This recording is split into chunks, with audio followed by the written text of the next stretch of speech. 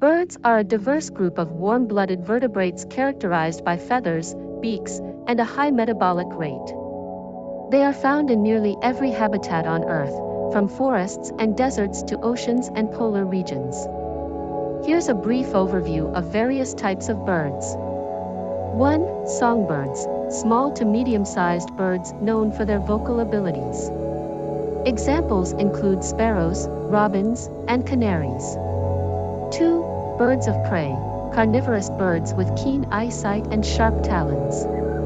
Examples include eagles, hawks, and owls. 3.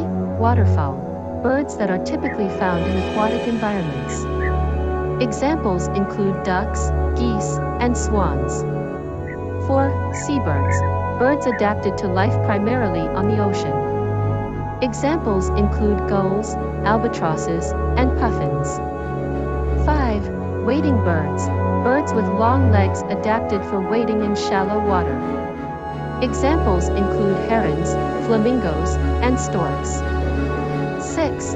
Flightless birds, birds that have lost the ability to fly through evolution. Examples include ostriches, penguins, and kiwis. 7. Parrots, birds known for their bright colors and ability to mimic sounds. Examples include